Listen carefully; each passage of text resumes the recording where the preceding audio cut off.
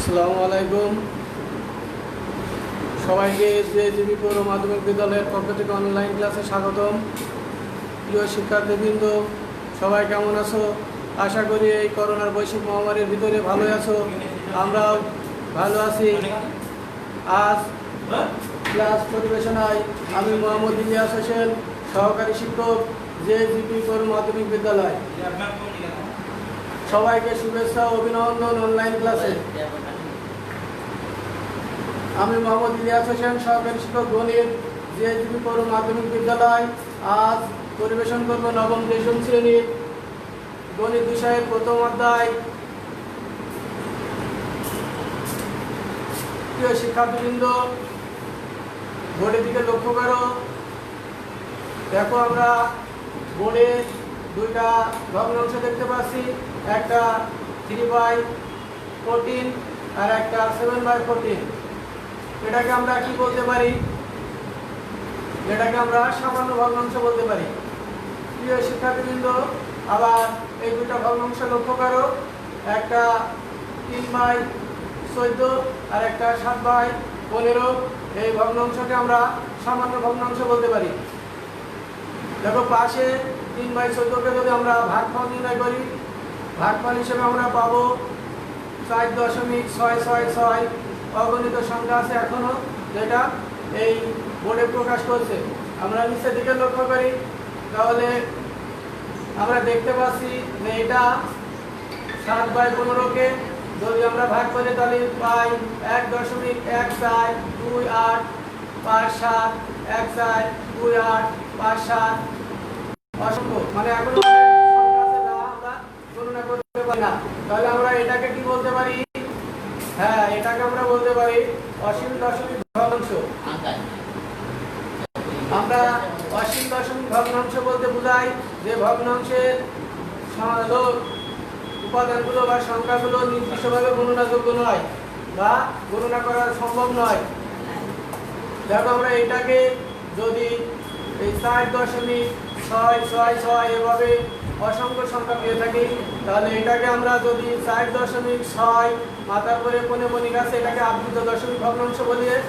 এটাকে আবৃত দশমিক ভগ্নাংশ বলে। 6 মাথার করে আবৃত, অর্থাৎ এই 6 একাধিকবার বাড়তে থাকবে, এই জন্য আমরা আবৃত করে দিলে এই সংখ্যাটি আর বাড়তে থাকে না। ঠিক একইভাবে নিচের দিকে আছে 1.42857 14257। এটাকে আমরা লিখতে পারি 1.1425857। এটাকে আমরা একটু লক্ষ্য করি, উপরে যেটা দেওয়া ছিল এটা 4.6, অর্থাৎ 4 মাথায় আবৃত করা ছিল। এখানে আমরা দেখতে পাচ্ছি 1425857। এখানে প্রথম একটার করে আবৃত চিহ্ন দেওয়া আছে এবং 1 2 3 4 5 6 নম্বর সংখ্যা, অর্থাৎ 7-এর উপর আরেকটা আবৃত চিহ্ন দেওয়া আছে, অর্থাৎ পনিপনিক চিহ্ন দেওয়া আছে। তাহলে আমরা কি বললাম যে এই সংখ্যাটা থেকে শুরু করে এই 6টা পুনরাবৃত্তি ঘটবে, বারবার আসবে। এই কারণে আমরা প্রথমে এবং শেষে পনিপনিক অর্থাৎ আবৃত দশমিক ভগ্নাংশ দিয়ে দিয়েছি। এর অর্থ যে এইগুলো আর বাড়তে পারবে না, অর্থাৎ আবৃত, এদের পুনরাবৃত্তিকে আমরা স্থগিত করে দিয়েছি। তাহলে এই উপরের 4.6 পনিপনিক এবং 1.1 পনিপনিক 4 2 8 5 7কে আমরা আবৃত দশমিক ভগ্নাংশ বলে থাকি। প্রিয় শিক্ষার্থী, 3/14 এটাকে 4.6 পনিপনিক এবং 7/15 এটাকে 1.1425857। এই প্রথম দশমিকের পরে প্রথম সংখ্যা এবং শেষ সংখ্যার উপরে আমরা পনিপনিক চিহ্ন দিয়েছি। এটাকে সামান্য ভগ্নাংশ, আবৃত ভগ্নাংশে পারস্পরিক রূপান্তর বলতে পারি। আমরা এখন দেখব এগুলো কিভাবে। প্রিয় শিক্ষার্থী, তাহলে আজকে আমাদের শিক্ষণফল কি হবে আমরা একটু দেখে নিই।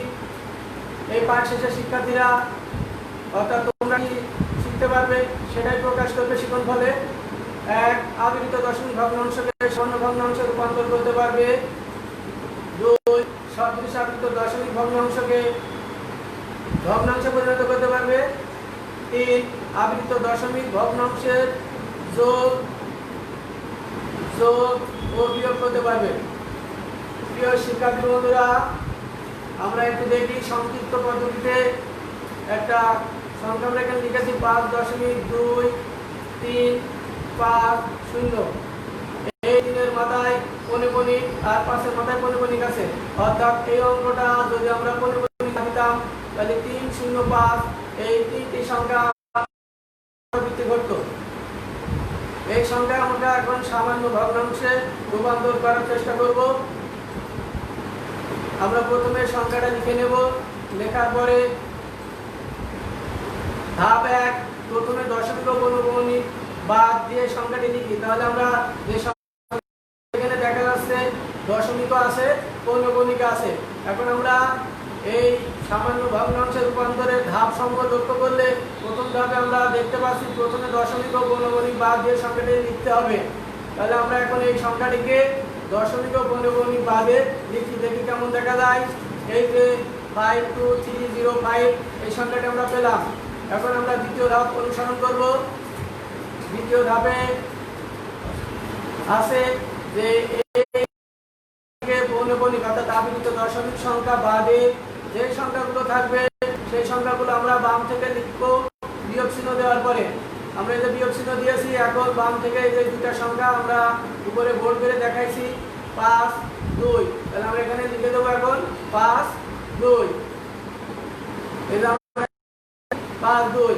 আর একটু মনে রাখার জন্য সহজে বলি, আমরা এই বিয়োগ চিহ্ন দেওয়ার পরে সংখ্যাটি লেখার পরে এই বাই দিয়ে অর্থাৎ দাগ দিয়ে নিচে যেটা লিখবো অবশ্যই মনে রাখতে হবে এটা দশমিকের পরের অংশ হিসাব করতে হবে। দশমিকের পরের অংশের হিসাব করতে হবে, দশমিকের আগের সংখ্যাগুলো হিসাবের ভিতরে রাখা যাবে না। আমরা ধাপ 2 দেখি পৌনঃপুনিকের আগের অংশ বিয়োগ করি। এই যে আমরা পৌনঃপুনিকের আগের অংশ বিয়োগ করেছি। ঠিক আমি কিছুক্ষণ আগে যে কথা বলছিলাম এটা বোল্ড অক্ষরে বোল্ড দিয়ে দেখানো হয়েছে একটা দাগ দিয়ে, যে এখানে পৌনঃপুনিক আছে কোন 3টা পৌনঃপুনিক আছে 305। তাহলে আমরা কি করব, এই 305 অর্থাৎ যেগুলো দশমিকের পরে পৌনঃপুনিক থাকবে সেইগুলোর জন্য প্রতিটা সংখ্যার জন্য একটা করে নিচে 9 লিখব। আর দশমিকের পরে পৌনঃপুনিক বাদে দশমিকের পরে যে করা পৌনঃপুনিক অর্থাৎ আবৃত দশমিক না থাকবে সেই কটা 0 লিখব। তাহলে আমরা এখন দেখি, হ্যাঁ এই 3টা সংখ্যার জন্য 3টা 9 লিখেছি। 3 নম্বর ধাপ যতটি আবৃত দশমিক অঙ্ক আছে ঘরে ততটি 9 বসাই। তাহলে আমরা 3 নম্বর ধাপ অনুসরণ করলাম। এবার বাকি আছে যে সংখ্যাটি দেখতে পাচ্ছ এই 2টাকে একটা চতুর্ভুজ দিয়ে বোঝানো হয়েছে। এই 2টার জন্য আমরা কি পাবো, ঘরে একটা 0 পাবো। দেখো ধাপ 7 পৌনঃপুনিকের আগে কিন্তু দশমিকের পরে, পৌনঃপুনিকের আগে কিন্তু দশমিকের পরে যতটি অঙ্ক আছে ঘরের ডানে ততটি 0 বসায়। তাহলে আমরা কি দেখলাম, এই সামান্য ভগ্নাংশে রূপান্তর করার জন্য ধাপ 1, ধাপ 2, ধাপ 3, ধাপ 4 আমরা এই ধাপগুলো যদি অনুসরণ করি, আমি আবারও এই ধাপগুলো তোমাদের বর্ণনা করে শোনাচ্ছি। ধাপ 1, প্রথমে দশমিক ও পৌনঃপুনিক বিন্দু বাদ দিয়ে সংখ্যাটি লিখি। প্রিয় শিক্ষার্থীবৃন্দ, বোর্ডের দিকে লক্ষ্য করে আমার কার্সার দিয়ে আমি এটা প্রকাশ করার চেষ্টা করছি। ধাপ 1, এটা দশমিক আর পৌনঃপুনিক বাদ দিয়ে সংখ্যাটি লিখি, যেটা এই যে আমি কার্সারের মাধ্যমে দেখাচ্ছি 52305 এটা প্রথমে লিখেছি। ধাপ 2, পৌনঃপুনিকের আগের অংশ বিয়োগ করি, অর্থাৎ পৌনঃপুনিক যেগুলোতে নেই সেগুলো বাম দিক থেকে বিয়োগ চিহ্ন পরে লিখি। এটা লিখেছি 5, 2 অর্থাৎ 5, 2। 5-এর মাথায় আর 2-এর মাথায় পৌনঃপুনিক নেই, দশমিক সহ বাদ দিয়ে এটা লিখেছি। ধাপ 3, যতটি আবৃত দশমিক অঙ্ক আছে হরে ততটি 9 বসাই। প্রিয় শিক্ষার্থী বন্ধুরা, বোর্ডের দিকে লক্ষ্য করো, দেখো আমরা 305 এই 3টাকে পৌনঃপুনিকের অংশ হিসেবে ধরেছি, অর্থাৎ এই 3টে পৌনঃপুনিক আছে। এই 3টের জন্য হরে আমরা দেখতে পাচ্ছি 3টা 9 এসেছে।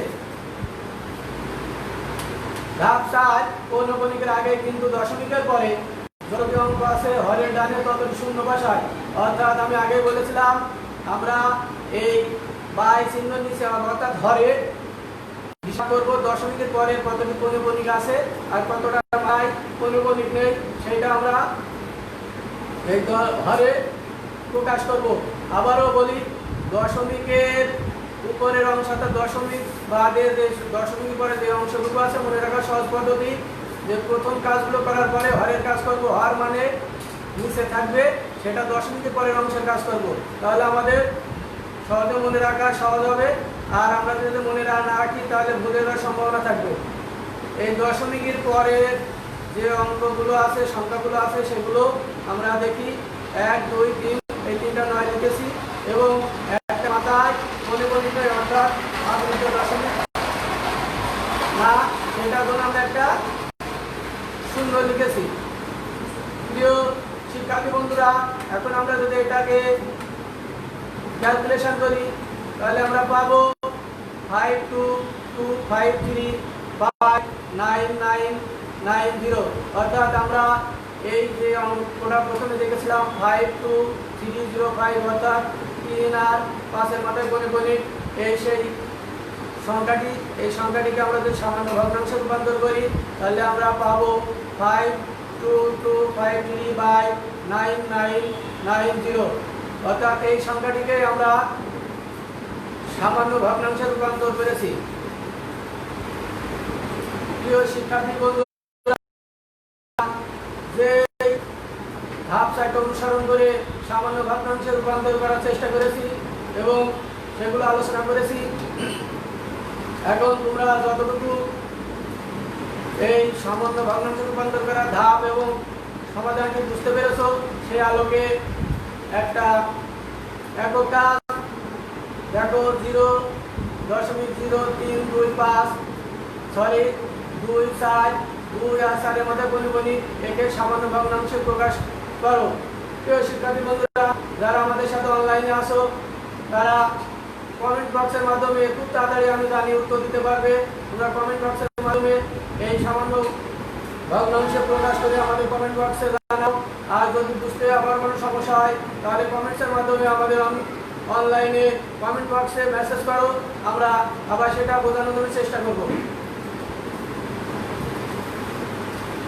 প্রিয় শিক্ষার্থী বন্ধুরা, আমরা সদৃশ আবৃত দশমিক ভগ্নাংশে প্রকাশ করার চেষ্টা করব। এখন আমরা এখানে 0.78 1.02861.826 5.032 আমরা লক্ষ্য করি প্রথম সংখ্যাটিতে 8 এর করে পৌনঃপুনিক আছে, দ্বিতীয়টায় 8 আর 6 এর করে পৌনঃপুনিক আছে, তৃতীয়টাতে 8 2 6 অর্থাৎ তিনটার মাথায় পৌনঃপুনিক আছে, চতুর্থ সংখ্যাটিতে কোনো পৌনঃপুনিক।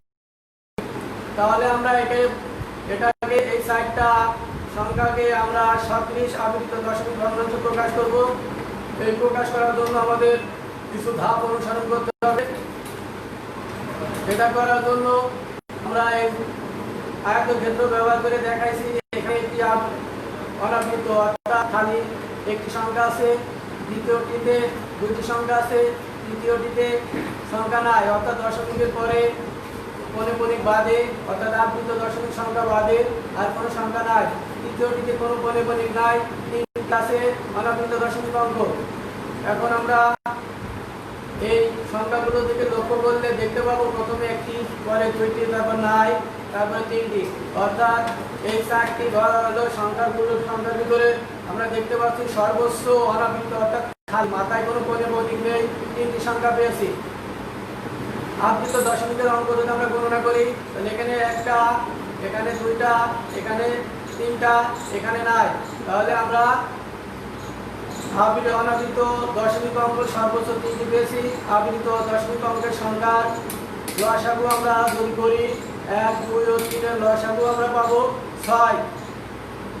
প্রিয় শিক্ষার্থী বন্ধুরা, আবারও লক্ষ্য করি অনাবৃত দশমিক অঙ্ক যেগুলো আছে সেগুলোর ভিতরে আমরা নিয়েছি সর্বোচ্চ যতটি সংখ্যা আছে ততটি, আর আবৃত দশমিক অঙ্ক অর্থাৎ পৌনঃপুনিক যে অঙ্কগুলো আছে সেইগুলো প্রথমে একটা, পরে দুইটা, তারপরে একটা, তিনটা পরেরটায় নাই।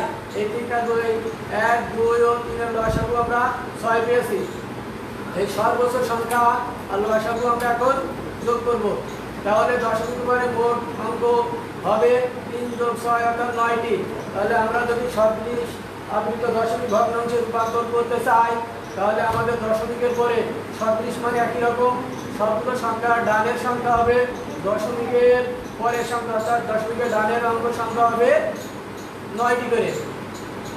তাহলে আমরা এখন দেখি, প্রথমে এটা ছিল 0.78, পৌনঃপুনিক ছিল মাথার পরে 8-এর, অর্থাৎ আমরা যদি এটাকে 9টি অঙ্কে 9টি সংখ্যায় 9টি অঙ্ক পরিণত করতে চাই, তাহলে আমাদের যার হবে যে সংখ্যাটির উপরে 8-এর উপর পৌনঃপুনিক আছে, এই 8টি বারবার অর্থাৎ পুনরাবৃত্তি ঘটবে শুধুমাত্র 8-এর। তাহলে আমরা লিখতে পারি 0.78888 এইভাবে 9টি। তাহলে আমরা এখানে দেখেছি যে আবৃত দশমিক অঙ্কের সংখ্যা ছিল 6টি। তাহলে আমরা ডান দিক থেকে গুণে দেখি 6টি অর্থাৎ পরিমাণিক চিহ্ন দেওয়া আছে। আর আমরা সর্বোচ্চ খালি সর্বোচ্চ অনাবৃত অঙ্ক সংখ্যা ছিল 3টি। আমরা এখানে লক্ষ্য করলে দেখতে পাবো 0.788 অর্থাৎ এই 3টি সর্বোচ্চ যে অনাবৃত দশমিক অঙ্কের সংখ্যা ছিল সেটা আমরা রেখেছি, এবং যেটার উপরে সর্বোচ্চ পরিমাণিক ছিল লসাগু ছিল লসাগু 6, সেই লসাগু 6টা আমরা পরিমাণিক দিয়েছি। এটা ছিল প্রথম সংখ্যার ক্ষেত্রে। আমরা এখন দ্বিতীয়টা দেখব। দ্বিতীয়টা একইভাবে এখানে পরিমাণিক আছে 8, 6। প্রিয় শিক্ষার্থী বন্ধুরা, যারা আমাদের সাথে অনলাইনে আছো তোমরা নিশ্চয়ই বুঝতে পারছো, তাহলে এইটাই বৃদ্ধি পাবে অর্থাৎ পুনরাবৃত্তি ঘটবে কোন কোন সংখ্যা দুইটি।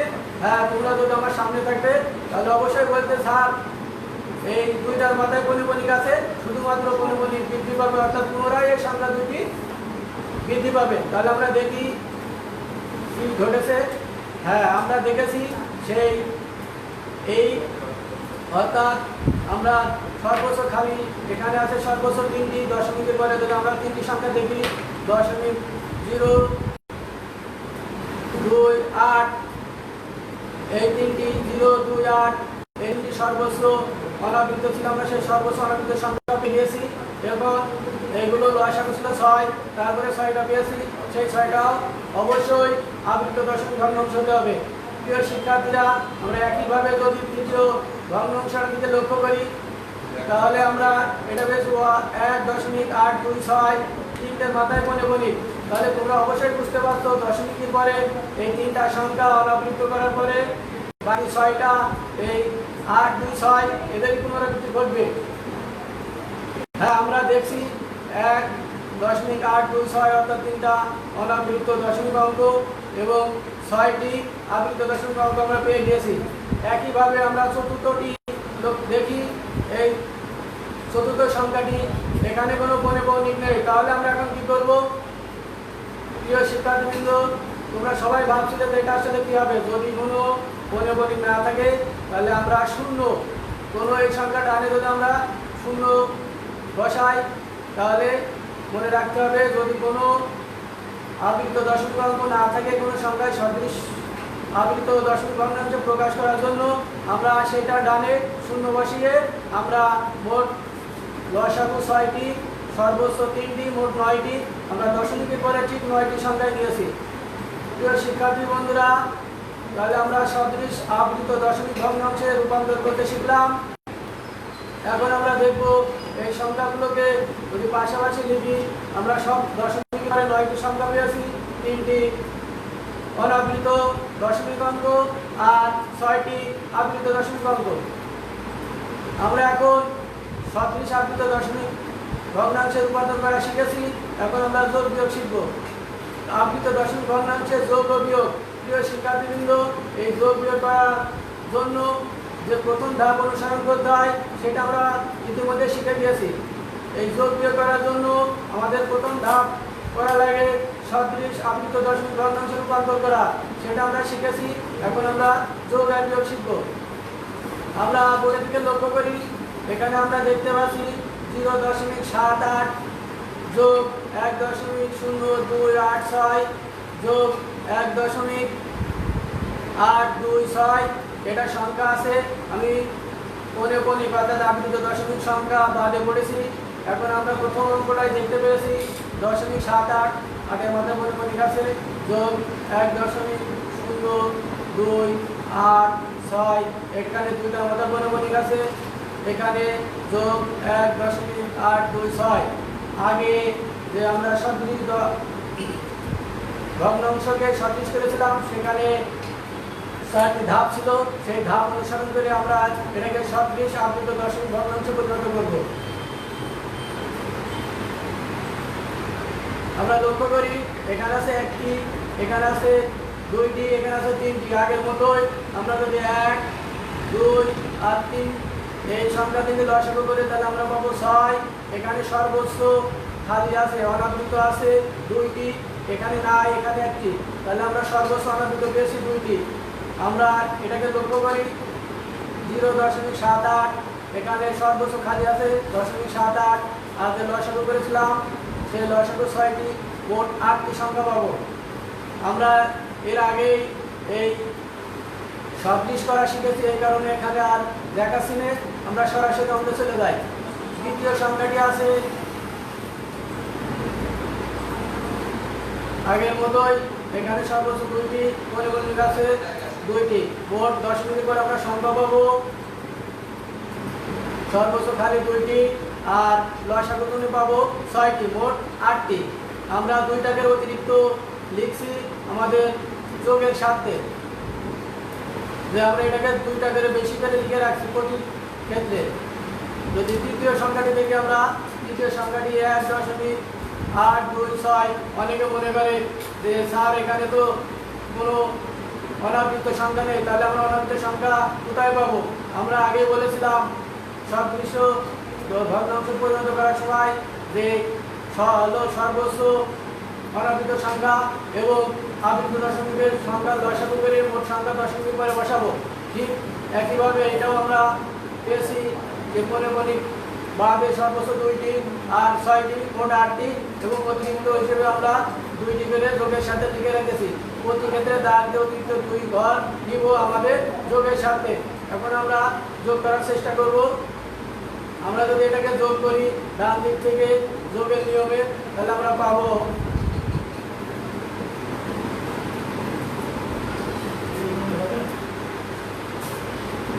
8 আর 16 আর 6 22, 22-এর 2 হাতে 2, এটা যোগ করে আমরা পেয়েছি 8 আর 16, 16 3টা 24-এর 7। প্রিয় শিক্ষার্থীবৃন্দ, আমরা লক্ষ্য করি এই জায়গাটায় আমরা কেন এখানে 2টি সংখ্যা বেশি নিয়েছিলাম, কারণ আমরা এখানে পেয়েছি 24, আমাদের হাতে আছে 2, সেই 2 আমরা এই দাগের বাম পাশে যোগ করছি। আমরা এই দাগের বাম পাশে যোগ করব এই 2টি করে সংখ্যা বেশি দেওয়ার এটাই কারণ যে আমাদের হাতের যে 2টি সংখ্যা থাকে, যে সংখ্যাটা আমরা পাই 10 হলে 1, 20, 2, 30 হলে 3, সেটা এখানে হাতের 1 যোগ করার জন্য আমরা এই 2টা ব্যবহার করে থাকি, 2 থেকে সংখ্যা অতিরিক্ত। এটা আমরা যোগ করলে পাবো 3.647470258। প্রিয় শিক্ষার্থী বন্ধুরা, আমরা লক্ষ্য করি আমরা যখন সদৃশ করেছিলাম সেখানে দশমিকের পরে 8টি সংখ্যা পেয়েছিলাম, এখনো আমরা দশমিকের পরে 8টি সংখ্যায় পেয়েছি। দশমিক পরে অনাবৃত 2টি এবং আবৃত 6টি। আমরা এখানে যে যোগফলটা দেখেছিলাম এটা আমাদের অতিরিক্ত হাতে কোনো অঙ্ক যোগ করা লাগেনি, কারণ আমরা অতিরিক্ত 2টি সংখ্যা নিয়েছি এই কারণে। এখন আমরা এই যোগফলকে যদি অন্যভাবে দেখাই তাহলে আমরা দেখাতে পারি যোগফল পেয়েছি এটা 3.647440258। এই যোগফল প্রতি ক্ষেত্রে ডাক দিয়ে অতিরিক্ত 2 বার না নিলে কি হবে? এটা বিকল্প একটা পদ্ধতি। এই পদ্ধতি আমরা দেখব, যদি আমরা অতিরিক্ত 2টি সংখ্যা না নিতাম তাহলে আমরা এই যে দশমিকের পরে সেই 8টি সংখ্যায় নিয়েছি, কিন্তু আমাদের লক্ষ্য করতে হবে দশমিক বিন্দুর পরে প্রথম যে আবৃত দশমিক অঙ্ক আছে সেটা থেকে আমরা লক্ষ্য করি, তাহলে আমরা বুঝতে পারবো কেন আমরা 2টা করে সংখ্যা অতিরিক্ত নিয়েছিলাম। এটাকে যোগ করলে আমরা পাবো 8, 8, 16, 16 আর 6 22। প্রিয় শিক্ষার্থী বন্ধুরা লক্ষ্য করো, এই যে আমরা যে যোগফল পেয়েছিলাম সেখানে ছিল 3.64442 এখানে পণ্যমণি ছিল 4-এর মাথায় আর 8-এর মাথায়। আমরা এখন এই যোগফলটা করলে দেখতে পাবো যে আমরা শেষে থেকে দেখি 6 আছে, কিন্তু আমাদের যে যোগফলের শেষে ডানের অঙ্ক এখন স্থান অঙ্ক 8 আছে। আমরা যদি এই ঘরটাকে লক্ষ্য করি, এখানে চতুর্ভুজ আকৃতির একটা শেপ দেওয়া হয়েছে, এটা যোগ করে আমরা 22 পেয়েছি। সে 22-এর 2 অর্থাৎ 22-এর 2 আমাদের হাতে 2 এখানে যোগ করতে হবে। এই যে আমরা যে কারসার দেখতে পাচ্ছ, এই কারসার রেখেছি +2 এর পরে, এটা যোগ করলে আমরা আগে যোগ করলে সমান নিয়ে যাব। যোগ করলে আমরা যোগফল পাবো 306444025 অর্থাৎ এটা হচ্ছে দুইটা পদ্ধতি। এটা আমরা যদি অতিরিক্ত দুটি সংখ্যা নিই তাহলে যোগফলে নিয়ম করতে হবে। আর আমরা যদি মনে করি না আমরা অতিরিক্ত দুটি সংখ্যা নেব না, আমাদের সঠিক দশমিক ভগ্নাংশে পরিণত করার সময় আমরা যে কটি সংখ্যা পেয়েছি সেগুলো এখানে যোগ করব। তাহলে আমাদের লক্ষ্য করতে হবে দশমিকের পরে প্রথম আবৃত দশমিক সংখ্যাগুলো যোগ করে যদি হাতে যত সংখ্যা থাকবে সেই সংখ্যাটা আমরা এখানে বসিয়ে দেব, তাহলে আমাদের যোগফল সঠিক হয়ে যাবে। প্রিয় শিক্ষার্থী বন্ধুরা, অনেকে এই জায়গাটা ভুল করে, এখানে ভুল করলে অঙ্ক ভুলে যাবে। এখানে মনে রাখতে হবে যদি আমরা দুইটা সংখ্যা পেলে বাড়িয়ে না নিই তাহলে আমাদের অবশ্যই দশমিকের পরে প্রথম আবৃত দশমিকের সংখ্যাগুলো আমরা দেখতে পাচ্ছি, এগুলো যোগ করেছি। যোগ করে হাতের সংখ্যা যেটা থাকবে সেটা আমরা ওই যোগফলের সাথে আবার পুনরায় যোগ করে যোগফল বের করবো। প্রিয় শিক্ষার্থী বন্ধুরা, আমরা যোগ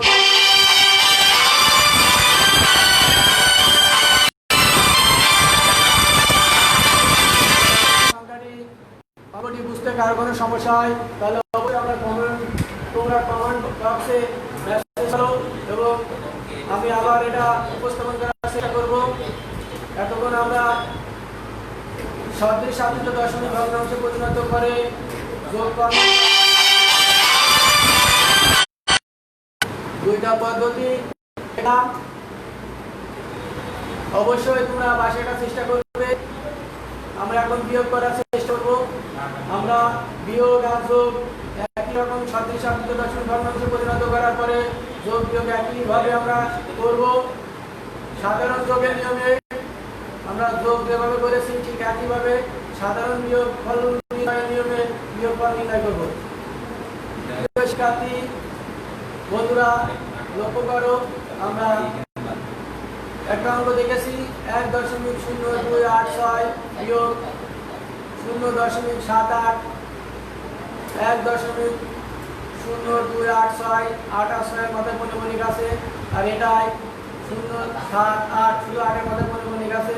শুরুতে সদৃশ আবৃত দশমিক ভগ্নাংশে পরিণত করতে হবে, অর্থাৎ আমরা প্রথমে অঙ্কটা লেখার পরে আমরা সদৃশ আবৃত দশমিক ভগ্নাংশে পরিণত করে নেব। এটাকে আগের মতোই এর সর্বোচ্চ অনাবৃত আছে 2টি, পরেরটায় সর্বোচ্চ অনাবৃত আছে 1টি। তাহলে আমরা সর্বোচ্চ অনাবৃত সংখ্যা পাবো 2টি এবং 2 আর 1-এর লসাগু 2, তাহলে আমরা পাবো 2 আর 2 4টি সংখ্যা পাবো।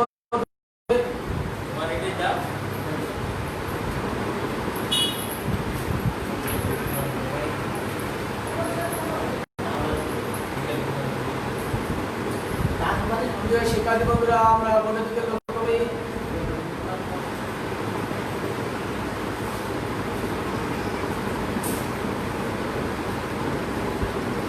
এটা আমরা বিয়োগফল নির্ণয় করলাম যোগফলের মতোই। এটা সাধারণ বিয়োগফলের নিয়মে বিয়োগফল করা হয়েছে আগের মতোই। যোগের যে একটা ব্যতিক্রম সূত্র অর্থাৎ দুইভাবে যোগফল নির্ণয় করেছিলাম। আমরা এই বিয়োগফলের ক্ষেত্রেও দুইটা নিয়মে বিয়োগফল করতে পারবো। প্রিয় শিক্ষার্থী বন্ধুরা লক্ষ্য করো, যেখানে বিয়োগফল পেয়েছি, এখন আমরা যদি ওইটাকে বৃদ্ধি না করে দুইটাকে বৃদ্ধি না করে বিয়োগফল নির্ণয় করি তাহলে আমরা একই রকম ভাবে বিয়োগফল পাবো। সেই বিয়োগফল করার সময়ও লক্ষ্য করতে হবে যে দশমিকের পরে প্রথম আবৃত দশমিক অবৃত সংখ্যা থাকবে সেগুলো যোগ করলে আমরা 8 আর 8 16 অর্থাৎ 1 10 6 আমরা হাতে 1 সে 1 আমরা এখানে বিয়োগ করে দেব। এই যে এখানে আমার কারসার দিয়ে আমি দেখানোর চেষ্টা করছি, এখানে বিয়োগ করেছি। তাহলে আমরা টোটাল বিয়োগফল পাবো 0.23 9 7 9 7 9 7 9 এর মাথায় 8 7 এর মাথায় গুণিক আমরা লক্ষ্য করি আগের বিয়োগফলের সাথে এটা হুবহু মিলে গিয়েছে। প্রিয় শিক্ষার্থী বন্ধুরা, আমরা খাতা কলম দিয়ে করে অঙ্ক করছিলাম এবং বোঝার চেষ্টা করছিলাম। আমি আমার উপস্থাপনায় তোমরা যতটুকু বুঝতে সক্ষম হয়েছো আশা করি। আমরা একটা বাড়ির কাজ দেব, এটা বাসায় করার চেষ্টা করবে আর এই বাড়ির কাজ সংগ্রহ করে রাখবে। যখন স্কুল খুলবে অবশ্যই আমাদের কাছে এই বাড়ির কাজ দেখাবা। তবে এখন একটা অঙ্ক বলে লিখে দিয়েছি 0.023 2 এর মাথায় 3 এর মাথায় কমা 2.0 8 5 7 8 আর 7 এর মাথায় অর্থাৎ এখানে 2টার মাথায় আছে, একটা খালি অনাবৃত একটা আবৃত, 2টি অনাবৃত একটি। একইভাবে এই অংশটাই এখানে আবৃত 3টি অনাবৃত একটি। একইভাবে এখানে একটি আবৃত সংখ্যা আছে। আমরা এই বাড়ির কাজ অবশ্যই বাসায় করে যখন স্কুল খুলবে তখন আমরা এটাকে শ্রেণী শিক্ষকের কাছে অবশ্যই দেখাবো। সদৃশ আবৃত দশমিক ভগ্নাংশ প্রকাশ করো এবং যোগফল ও বিয়োগফল নির্ণয় করো। প্রিয় শিক্ষার্থী বন্ধুরা, সদৃশ আবৃত দশমিক ভগ্নাংশ প্রকাশ করো এবং যোগফল ও বিয়োগফল নির্ণয় করো। আমরা যদি যোগফল নির্ণয় করতে যাই তাহলে প্রথম ধাপ আমাদের আবৃত দশমিক ভগ্নাংশ পরিণত করতে হবে। প্রিয় শিক্ষার্থী বন্ধুরা, এই হোয়াইট বোর্ডে আমরা একটা চিত্র দেখতে পাচ্ছি, এটি হচ্ছে করোনা ভাইরাসের ছবি। এই করোনা ভাইরাস আমাদের স্বাভাবিক জীবনযাত্রাকে ব্যাহত করেছে, পুরো শিক্ষা ব্যবস্থাকে নিম্নমুখী করে দিয়েছে। আমরা এই করোনা ভাইরাসকে জয় করার জন্য ইতিমধ্যে বিশ্বের সকল দেশের বিজ্ঞানীরা গবেষণা করছে ভ্যাকসিন আবিষ্কার করার জন্য। আমরা যতদিন ভ্যাকসিন আবিষ্কার না করতে পারবো বা সফলভাবে প্রয়োগ না করতে পারবো আমরা ঘরেই থাকবো। আমরা তৃতীয় চিত্রটা দেখতে পাচ্ছি, এখানে সাবান দিয়ে হাত ধুলো করা আছে, আপনার হাত পরিষ্কার করা আছে। তোমরা এই চিত্রের ন্যায় অর্থাৎ চিত্রের মতো করে বাসায় 20 সেকেন্ড যাবত সাবান দিয়ে হাত পরিষ্কার করবে এবং বাসায় থাকবে এবং সামাজিক দূরত্ব বজায় রেখে মাস্ক পরিধান করে চলাফেরা করবে। প্রিয় শিক্ষার্থী বন্ধুরা, আমরা সবাই বাসায় থাকি, মাস্ক পরে সামাজিক দূরত্ব মেনে চলাফেরা করি এবং সাবান দিয়ে নিয়মিত 20 সেকেন্ড যাবত হাত পরিষ্কার করি, সাথে সাথে সরকারি নির্দেশনা মেনে চলি। প্রিয় শিক্ষার্থী বন্ধুরা, সবাই দীর্ঘায়ু ও সুস্বাস্থ্য কামনা করে আমি আমার অনলাইন ক্লাস এখানে শেষ করছি এবং আমার নেক্সট ক্লাস দেখার জন্য অনুরোধ করছি। সবাইকে ধন্যবাদ।